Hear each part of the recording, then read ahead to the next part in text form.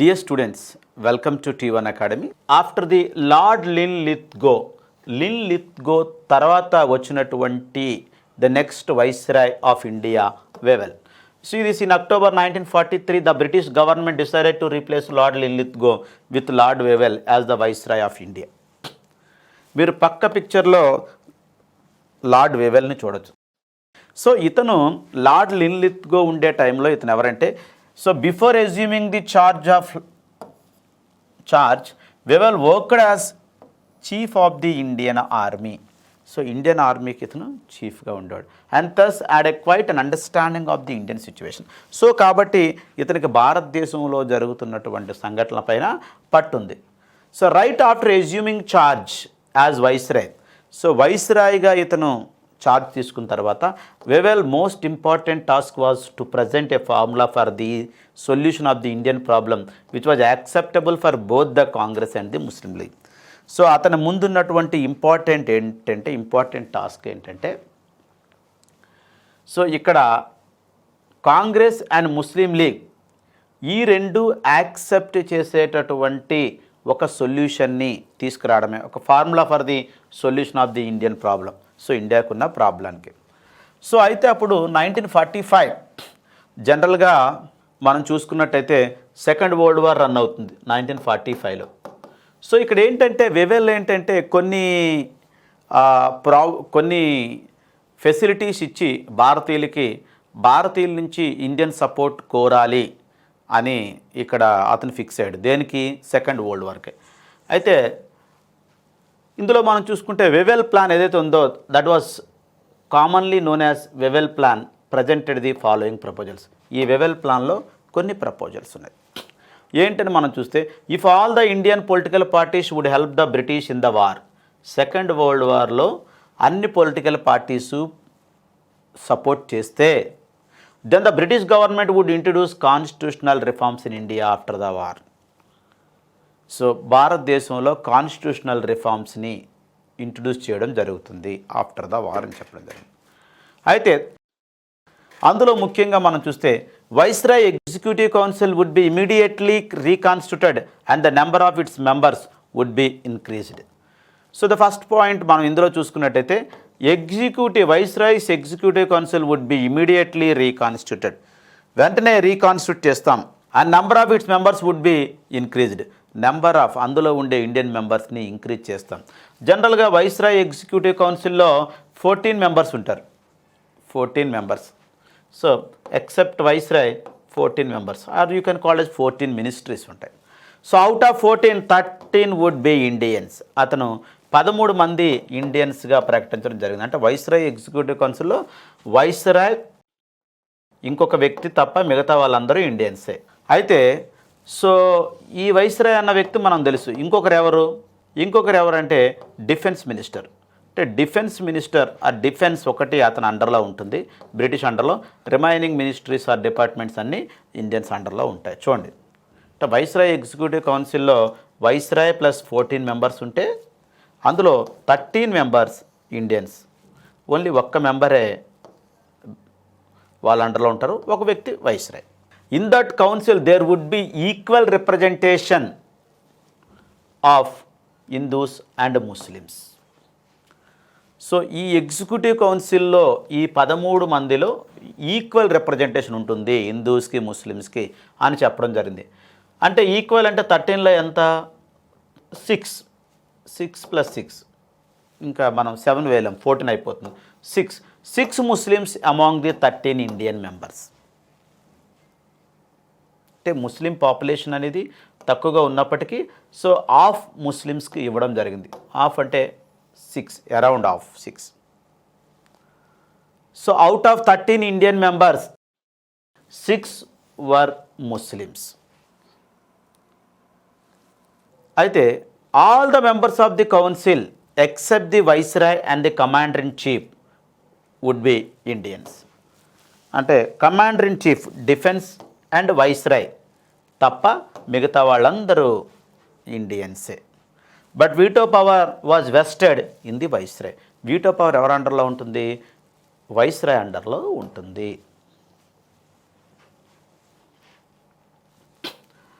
So ఇది ఇలా అయితే if this plan is approved for the central government, ఈ ప్లాన్ని సెంట్రల్ గవర్నమెంట్ అప్రూవ్ చేస్తే గనక then the same type of popular ministries comprising of the political leaders would be formed in all the provinces.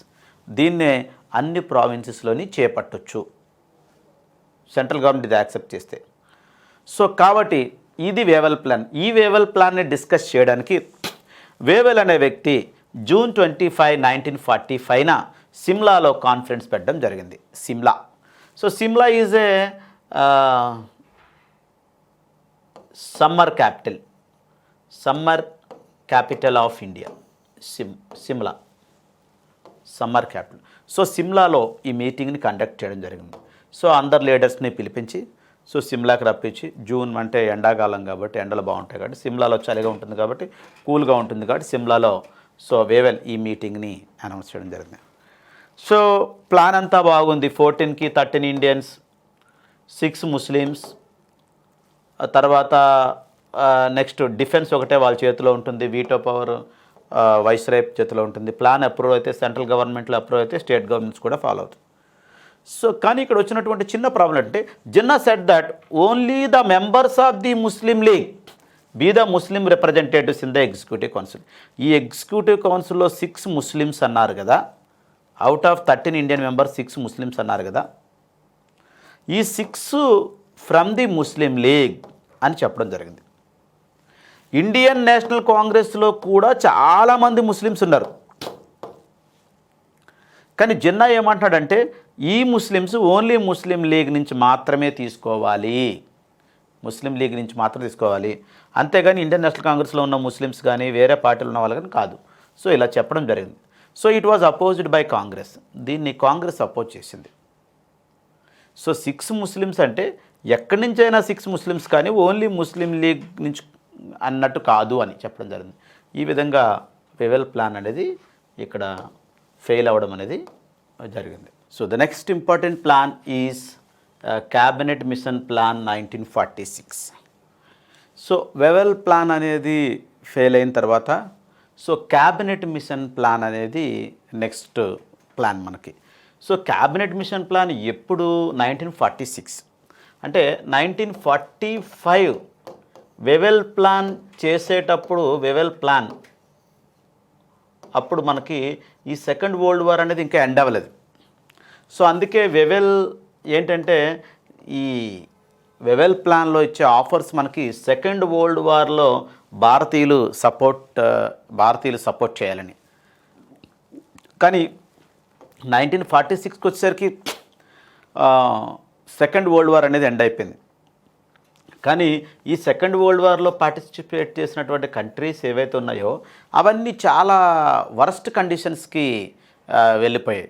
అంటే ఆర్థికంగా కానీ, ఫిజికల్గా కానీ, మెంటల్గా కానీ, లేకపోతే ఆస్తుల పరంగా కానీ చాలా వరకు చిన్నాభిన్నం అయిపోయిన పరిస్థితి ఉండే.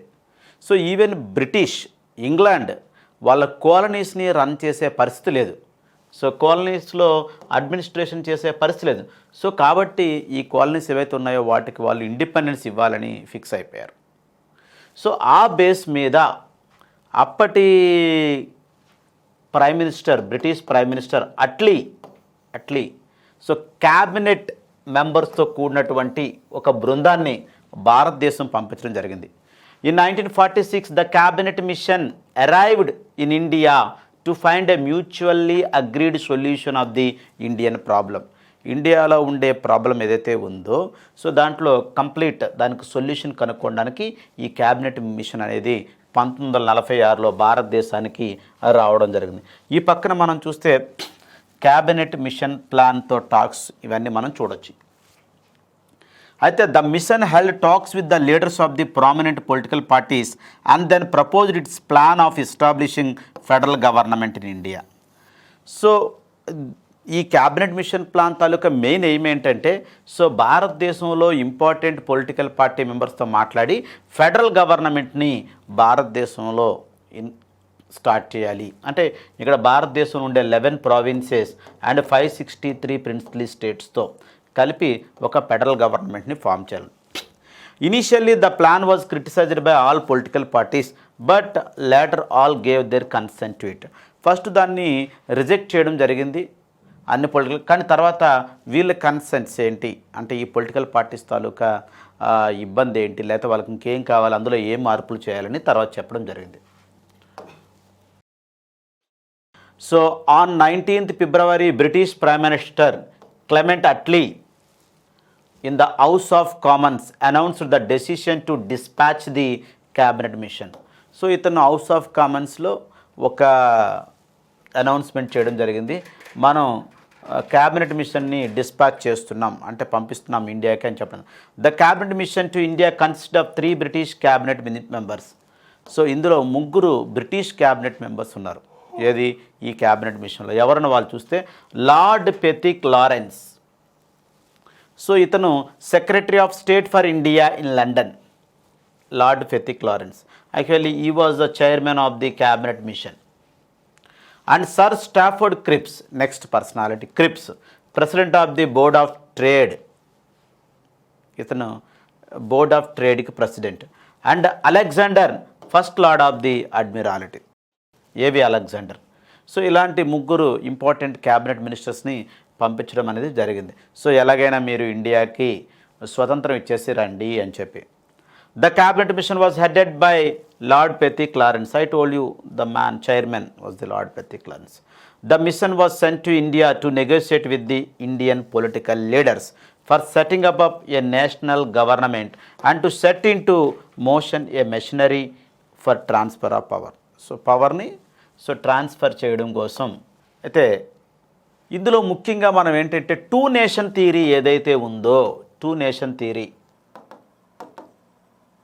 ఉందో దీన్ని ఈ క్యాబినెట్ మిషన్ ప్లాన్ అనేది రిజెక్ట్ చేయడం జరిగింది. 2 నేషన్ థియరీ అంటే ఇండియా పాకిస్తాన్. సో అంటే completely Pakistan, rejection of demand for Pakistan cabinet mission plan. The cabinet mission was convinced that Pakistan was not viable, ఇది అయ్యే పని కాదు. ఎందుకంటే and that the minorities autonomy must somehow be safeguarded within the framework of united India. So ఈ minorities ఎవరైతే ఉన్నారో వీళ్ళ autonomy, వీళ్ళ స్వయం ప్రతిపత్తి అనేది సో విత్ ఇన్ ఇండియాలోనే కాపాడబడుతుంది. So safeguarded within the framework of united India. So united India తయారు చేస్తే అందులోనే కొన్ని సేఫ్ గార్డ్స్ కల్పిద్దాం అని చెప్తున్నాను. So the major reasons behind the rejection of demand for Pakistan involved. So అసలు ఏంటి వాళ్ళు ఎందుకు ఈ డిమాండ్ని, పాకిస్తాన్ అనే డిమాండ్ని వాళ్ళు రిజెక్ట్ చేయడానికి సో మేజర్ కారణాలు ఏంటంటే the Pakistan so formed would include a large population of non Muslims, 38% in the north west and 48% in the north east. ఏదైతే మనం పాకిస్తాన్ అని పిలబడుతుందో చేద్దామని అనుకుంటున్నారో అక్కడ కూడా నార్త్ వెస్ట్ ప్రాంతంలో 38% నాన్ ముస్లిమ్స్ ఉన్నారు. అండ్ నార్త్ ఈస్ట్ అని ఏదైతే పాకిస్తాన్ ప్రాంతంగా చేయాలనుకుంటున్నారో అక్కడ 48% నాన్ ముస్లిమ్స్ ఉండడం అనేది జరిగింది. అది first point. Second point, Pakistan so formed would include those districts of the Punjab, Bengal and Assam. So ఏ ప్రాంతాలైతే include in which non Muslim population was predominant.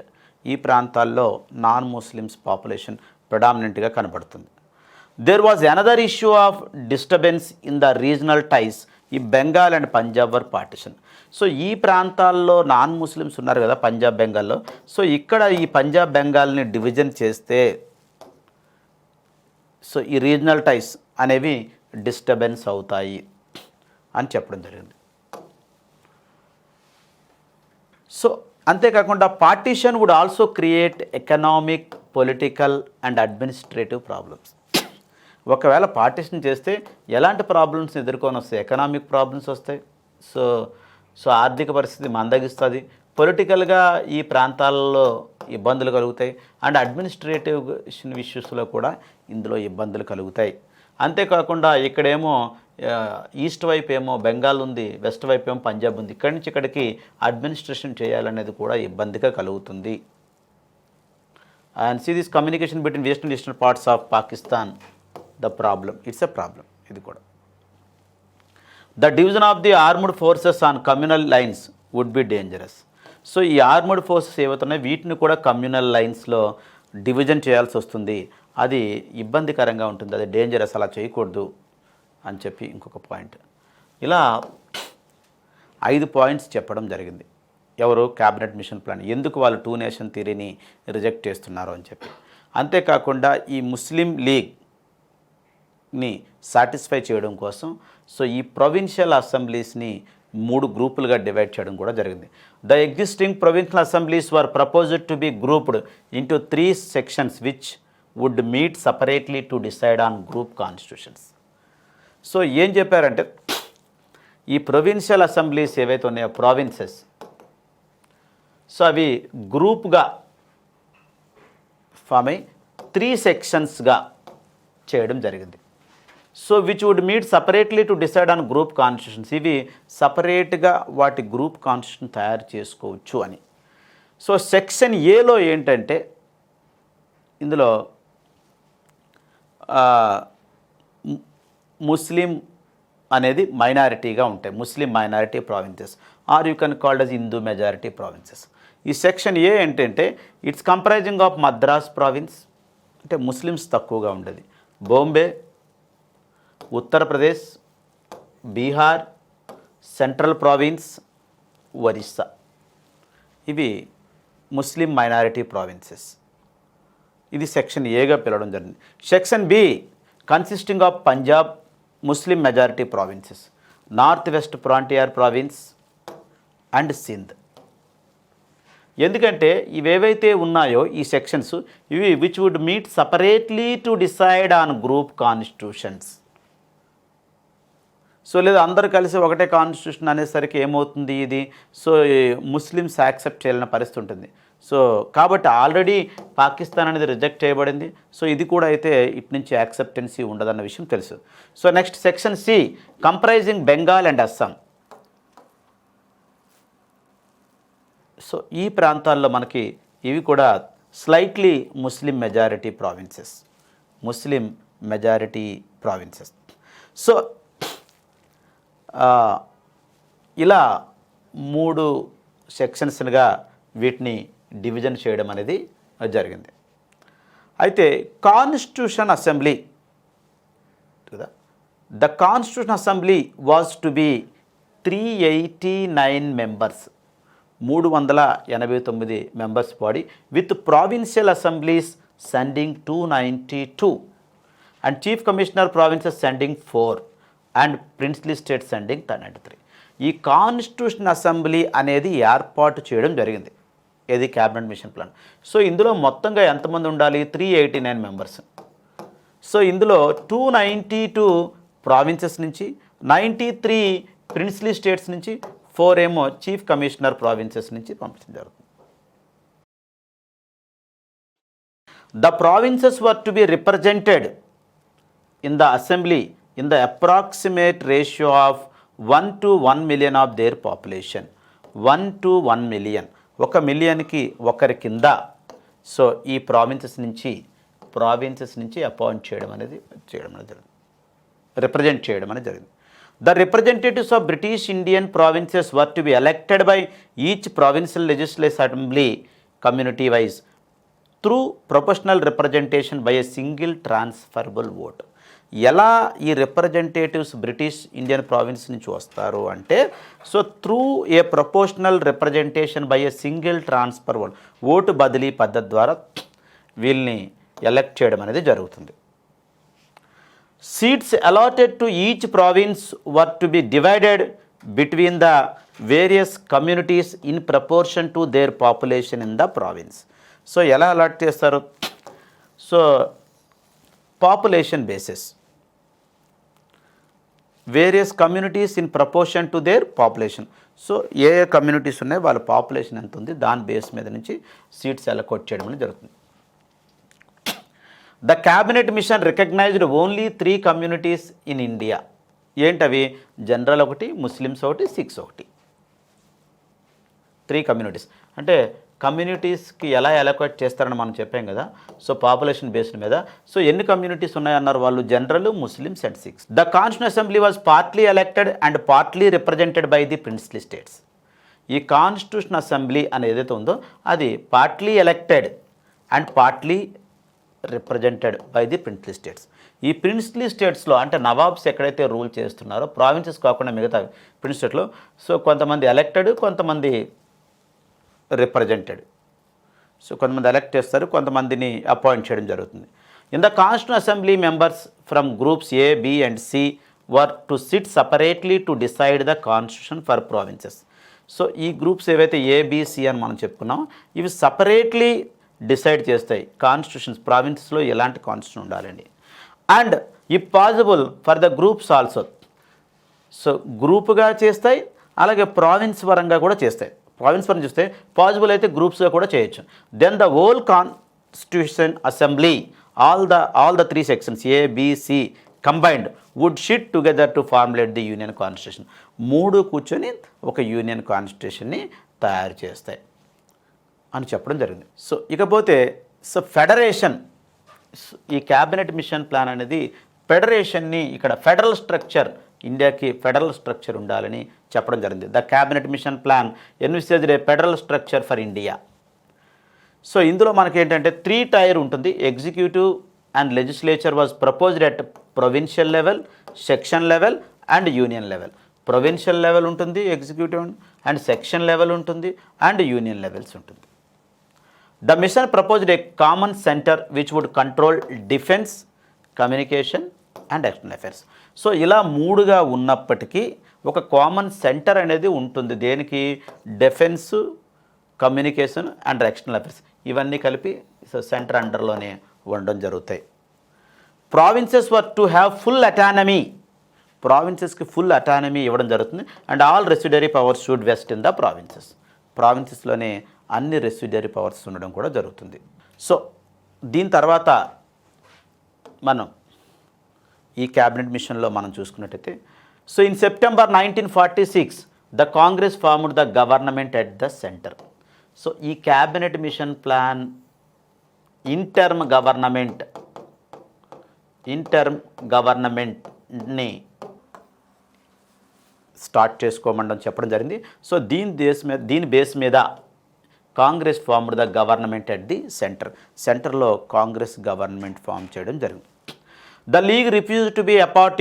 Muslim League celebrated this day as direct action day on 16th August 1946 to attain Pakistan. So Muslim League ఏమందంటే దీన్ని refuse చేయడం జరిగింది, అందులో పార్ట్గా ఉండడానికి refuse చేయడం జరిగింది. చేసి Muslim League celebrate this day as direct action day 16th August 1946 16th August 1946 to attain Pakistan. So ఏంది పాకిస్తాన్ కావాలి అని చెప్పి ఈ డైరెక్ట్ యాక్షన్ డేని 16 August 1946ని స్టార్ట్ చేయడం జరిగింది. అంటే పాకిస్తాన్ వచ్చేవరకు ఈ డైరెక్ట్ యాక్షన్ డే అనేది జరుగుతుంది, అంటే డైరెక్ట్గా యాక్షనే. సో దీని ద్వారా ఏమైంది, చాలా కాన్ఫ్లిక్ట్స్ వచ్చాయి. Widespread communal riots start అయ్యి in different parts of India, ముఖ్యంగా బెంగాల్, పంజాబ్ ఈ ప్రాంతంలో. So thousands were killed in the riots, lakhs of people became homeless. చాలామంది ఇల్లు లేకుండా, వస్తు లేకుండా, చాలామంది చంపుకోవడం, హిందూ ముస్లిమ్స్ చంపుకోవడం జరిగింది. ఎప్పుడు? ఈ డైరెక్ట్ యాక్షన్ డే ఎప్పుడు ప్రకటించారు అప్పుడు. So in the mean time లా చేయడం అనేది జరిగింది. సో ఇలా జరుగుతున్నప్పటికీ ఇక్కడ గవర్నమెంట్ అయితే ఈ ఫామ్ చేయడం అనేది జరిగింది.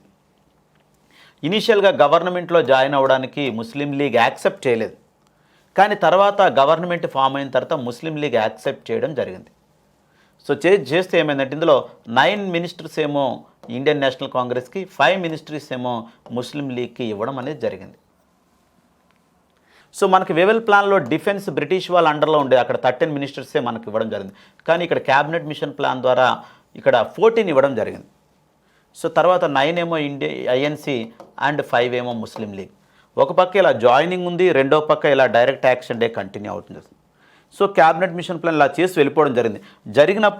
వెళ్ళిపోయినప్పటికీ ఈ రియోట్స్ అనేవి, జనాలు చంపుకోవడం అనేది ఆగలేదు, ఎక్కడ హింస అనేది ఆగలేదు. సో అందుకోసమని, ఎందుకంటే రెస్పాన్సిబుల్ హ్యాండ్స్లో ఎటువంటి ఇబ్బంది లేకుండా పెట్టాలి కాబట్టి అడ్మినిస్ట్రేషన్ చేతిలో పెట్టాలి కాబట్టి సో ఏం చేయాలో తెలియక బ్రిటిష్ వాళ్ళు in the mean time the Lord Mountbatten was sent as the viceroy to India. So ఇండియాలో ఇంకా అల్లర్లు గొడవలు జరుగుతున్న ఇబ్బందిగా ఉంది క్యాబినెట్ మిషన్ ప్లాన్ వెళ్ళొచ్చినప్పటికీ.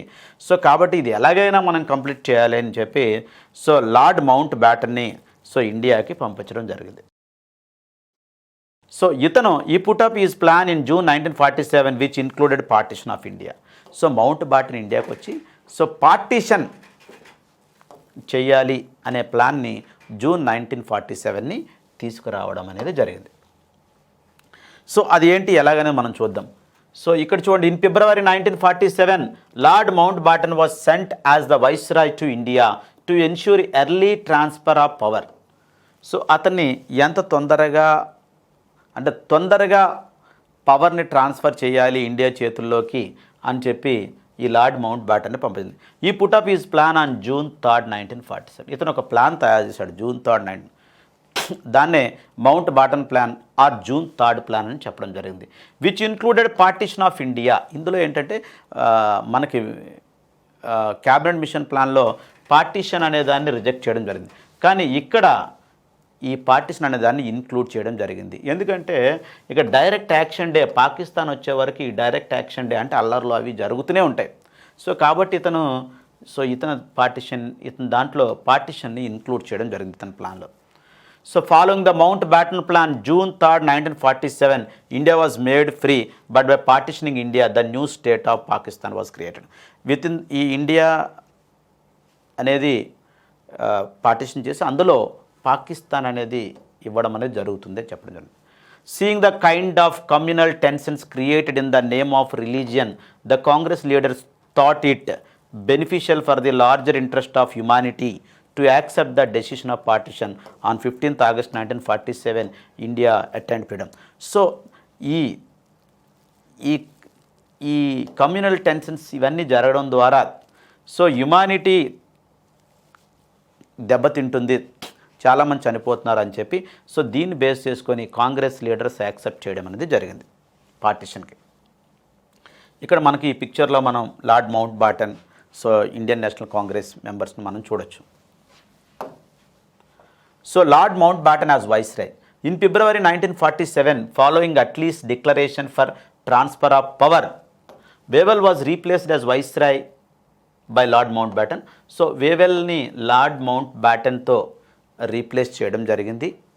ఇక్కడ వైస్రాయ్ని ఎప్పుడు ఈ 1947లో. So according to the Attlee declaration prime minister and he was the last viceroy and charged with the task of winding up the Raj by 30th June 1948. So ఇతను లాస్ట్ వైస్రాయ్. సో ఇతనికి ఏం చెప్పి పంపించారంటే 30th June 1948 లోపు భారతదేశానికి independence ఇవ్వాలి అని చెప్పడం జరిగింది, ఇస్తామని కూడా. Mountbatten was given more powers than his predecessors to settle the matters on the spot. So he was quick in decision making. So ఇతనికి ఫుల్ పవర్స్ ఇవ్వడం జరిగింది.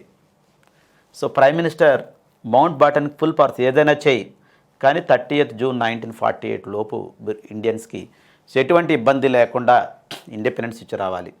He was directed to explore the options of unity and division till October 1947, after which he was to advise His Majesty government on the form transfer of power should take. So ఏంటంటే ఇతను ఎలా direct చేయబడ్డాడంటే వాళ్ళ చేత so ఇతనికి కొన్ని options explore చేయమని, ఏంటంటే unity and division till October 1947. So అప్పటి వరకు యూనిటీ అంటే ఒకటిగా ఉండాలా లేకపోతే డివిజన్ అవ్వాలా అనే ఆప్షన్స్ చూసుకొని, లేదు అంటే సో ఇతను చూసుకొని ఏదర్ యూనిటీకి ఛాన్స్ లేదంటే సో డివిజన్ చేసి పవర్ని ట్రాన్స్ఫర్ చేయడం అని చెప్పడం జరిగింది. అలా ఇతను డైరెక్ట్ చేయబడి ఇక్కడ రావడం జరిగింది. And main points of Mountbatten plan June 3, 1947. ఇతని మౌంట్ బాటన్ ప్లాన్లో మెయిన్గా ఏమున్నాయి, major points of the plan వారు మనం చూసుకున్నట్టయితే the 3rd June 1947 plan famously came to be known as the Mountbatten plan. So ఈ ప్లాన్లే మన Mountbatten plan. It sought to effect an early transfer of power. So ఇది ఎంత తొందరగా transfer చేయాలి పవర్ అనేది, సో ఇది main ఉద్దేశం. This transfer of power was to be done on the base of dominion status to two successor states India and Pakistan. So ఇక్కడ ఎలాగా వీళ్ళు డివిజన్ని యాక్సెప్ట్ చేయడం అనేది జరిగింది, ఏది ఈ మౌంట్ బాటన్ ప్లాన్. సో ఇందులో మనం ఇంపార్టెంట్ పాయింట్స్ మనం చూసుకున్నట్టయితే ఈ పార్టిషన్లో ఇందులో మనం ఇంపార్టెంట్ పాయింట్స్ పార్టిషన్ చూస్తే the members of the legislative assemblies of Bengal and the Punjab. So Bengal పంజాబ్లో ఉండేటటువంటి legislative assembly members should meet separately in 2 groups. వాళ్ళు 2 గ్రూపులుగా సెపరేట్, ఎందుకంటే అక్కడ ముస్లిమ్స్ ఉన్నారు, హిందూస్ ఉన్నారు. So representatives of the predominantly Hindu areas and representatives of the predominantly Muslim areas, అంటే 2 groups కింద. ఎస్, ఈ both sections of each of these assemblies voted for partition. If both sections of each of these assemblies voted for partition, then that province would be partitioned.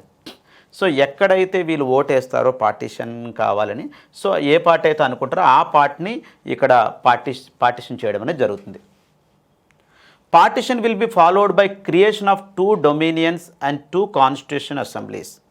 So partition ఎలా జరుగుతుంది? 2 dominions, 2 స్టేట్స్గా, 2 constitution అసెంబ్లీగా. ఈ Bengal decided in favour of partition. So Bengal ఒకవేళ decide అయితే power of పార్టిషన్కి, a referendum was to be held in the Sylhet district of Assam to decide its fate. Sylhet డిస్ట్రిక్ట్స్లో సపరేట్గా ఇక్కడ రెఫరెండమ్ కండక్ట్ చేయడం జరుగుతుంది. Similarly a referendum was proposed to decide the future of the north west frontier province. అలాగే north west frontier ప్రావిన్స్లో కూడా ఒక రెఫరెండమ్ని చేయడం జరుగుతుంది. Sindh legislative assembly of was to decide either to join the existing constitution assembly or the new constitution assembly. So Sindh legislative assembly ఏదైతే ఉందో అది డిసైడ్ చేస్తుంది ఎగ్జిస్టింగ్ కాన్స్టిట్యూషన్ అసెంబ్లీలో ఉండాలా లేకపోతే న్యూ కాన్స్టిట్యూషన్ అసెంబ్లీలో ఉండాలా అన్నది. సో ఇకపోతే boundary commission. In case of partition, the Viceroy would set up a boundary commission to demarcate the boundaries of the province on the basis of ascertaining the contiguous majority areas of Muslim and non-Muslims. Partition అనేది okay అయితే boundary commission అనే దాన్ని appoint చేయడం చేస్తుంది, ఇది demarcate చేస్తుంది ఎంతవరకు Pakistan area. So ఆ బేస్ మీద బౌండరీ కమిషన్ని అపాయింట్ చేశారు. So under the chairmanship of sir Cyril Radcliffe. So Radcliffe ఆధారంలో demarcating the boundaries of new parts of the Punjab and Bengal. So ఈ విధంగా చేయడం జరిగింది. సో ఫైనల్గా August 14th, 1947 పాకిస్తాన్ అనే స్టేట్ ఏర్పాటు జరిగింది. August 15th, 1947 సో ఇండియాకి స్వతంత్రం రావడం అనేది జరిగింది. ఈ విధంగా పాకిస్తాన్ అండ్ ఇండియా 2 దేశాలుగా 2 స్వతంత్రాన్ని పొందడం అనేది జరిగింది. సో భారతదేశానికి స్వతంత్రం వచ్చినప్పటికీ సో జూన్ 1948 వరకు సో లార్డ్ మౌంట్ బాటన్ ఇతను గవర్నర్ జనరల్గా, చివరి బ్రిటిష్ గవర్నర్ జనరల్గా ఉండడం జరిగింది. సో ఆ తర్వాత జూన్ 1948 నుంచి సో పూర్తిగా బ్రిటిష్ వారి ప్రమేయం ఏమీ లేకుండా రన్ అవ్వడం అనేది జరిగింది. ఈ విధంగా భారతదేశానికి. Thank you and all the best.